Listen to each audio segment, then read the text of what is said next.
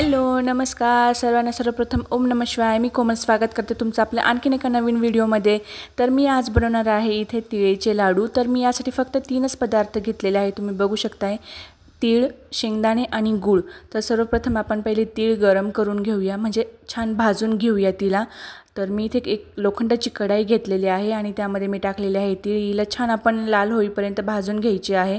तशी तर मी हिला थोडी आधी भाजलेली आहे, पण आता परत लाडू करायचे आहे म्हणून यातलं मॉइश्चर वगैरे दूर व्हावं म्हणून मी याला छान भाजून घेते आहे। ती भाजून छान थंड करून घ्यायची आहे। त्याचप्रमाणे आपण शेंगदाणे इथे भाजून घेऊया। तसे माझे शेंगदाणे पण भाजलेले होते, पण त्यांचे साल आपल्याला काढायचे आहे शेंगदाणे काढून, शेंगदाणे भाजून। तर त्यासाठी मी इथे शेंगदाण्यांनाही छान भाजून घेते आहे, छान रोस्ट करते आहे। शेंगदाणे रोस्ट झाल्यानंतर आपल्याला जी त्याची साल आहे ती काढून घ्यायची आहे। छान त्यांना व्हाईट मस्त करायचं आहे। शेंगदाणे तुम्ही बघू शकता तर थंड झालेले आहे। मी इथे लगेच त्यांची साल काढून घेते आहे आणि त्यानंतर आपण करणार आहोत यांना छान असं मिक्सरमध्ये बारीक। तर सर्वप्रथम आपण इथे मी एक मिक्सरचं भांडं घेतलेलं आहे, त्यामध्ये तीळ टाकते आहे मी आणि सोबतच आपल्याला टाकायचे आहे त्यात शेंगादाणे। मी इथे 1 वाटी तीळ, 1 वाटी गूळ आणि अर्धी वाटी शेंगदाणे या प्रमाणात वस्तू घेतलेल्या आहेत, तुम्ही बघू शकतायत। शेंगदाणे मी ह्या तीळीपेक्षा अर्धे घेतलेले आहेत, म्हणजे तीळीची जी वाटी आहे तिच्या त्याच वाटीने अर्धे शेंगदाणे घेतलेले आहेत आणि मी इथे यांना छान पावडर करून घेतलेला आहे। त्यानंतर तुम्ही यात सोबत गूळ पण घालू शकतायत, पण मी गूळ वेगळा बारीक करते आहे, कारण की माझं गूळ थोडंसं जाड चिरला गेलेला होता आणि तो त्यासोबत बसत नव्हता एकाच भांड्यामध्ये इतकं सगळं, त्यामुळे मग मी गूळ वेगळा बारीक केलेला आहे।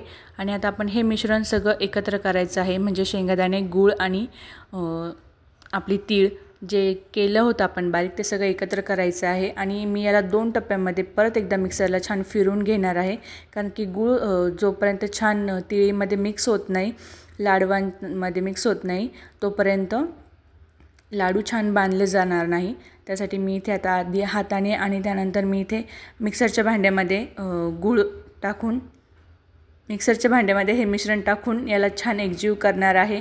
तर मी इथे 2 बॅचमध्ये हे करते आहे, तुम्ही बघू शकता। मी पहिल्या बॅचमध्ये एकदा करून घेते आहे आणि मग परत दुसऱ्या बॅचमध्ये मी हे उरलेलं मिश्रण जे आहे ते बारीक करून घेणार आहे।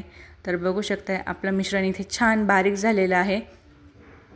गूळ पूर्णपणे आपल्या सगळ्या मिश्रणाला लागलेला आहे। तर मी आता पहिले इथे काढून घेते आणि तुम्हाला लगेच दाखवते। मी यात काहीच टाकलेलं नाही, म्हणजे तूप नाही, दूध नाही किंवा कोणी पाण्याचा शिपका वगैरे देतात, तर मी असं काहीच केलं नाही। एकदम इन्स्टंट होणारे आणि इझी असे सोपे पटकन लगेच तोंडात टाकताच विरघळणारे असे लाडू आहे। आणि मी हे स्पेशली माझ्या छोट्या मुलीसाठी करते आहे, तर त्यामुळे मी इथे तीळ वाटून घेतलेले आहे, शेंगदाणे पण बारीक करून घेतलेले आहे पूर्ण। तुम्ही हवं तर त्याला जाडसर पण ठेवू शकतायत, पण मला ते एकदम बारीक हवे होते तिला पटकन खाता येण्यासाठी।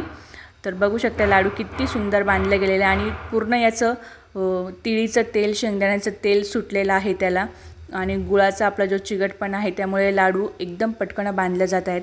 आपल्याला काहीच गरज नाही पडली आहे तुपाची नाही किंवा दुधाची किंवा पाण्याचा शिपका वगैरे देण्याची पण काहीच गरज पडलेली नाही।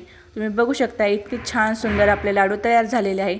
तर मी तुम्हाला इथे तोडूनही दाखवते लाडू। आणि हे साधारण 250 ग्रॅम मिश्रण झालं होतं सगळं, 100 ग्रॅम तीळ, 100 ग्रॅम गूळ आणि 50 ग्रॅम शेंगदाणे। यामध्ये आपले साधारण मध्यम आकाराचे 15 ते 20 लाडू झालेले आहेत। तुम्हाला लाडू कसे वाटले मला कमेंट करून नक्की सांगा।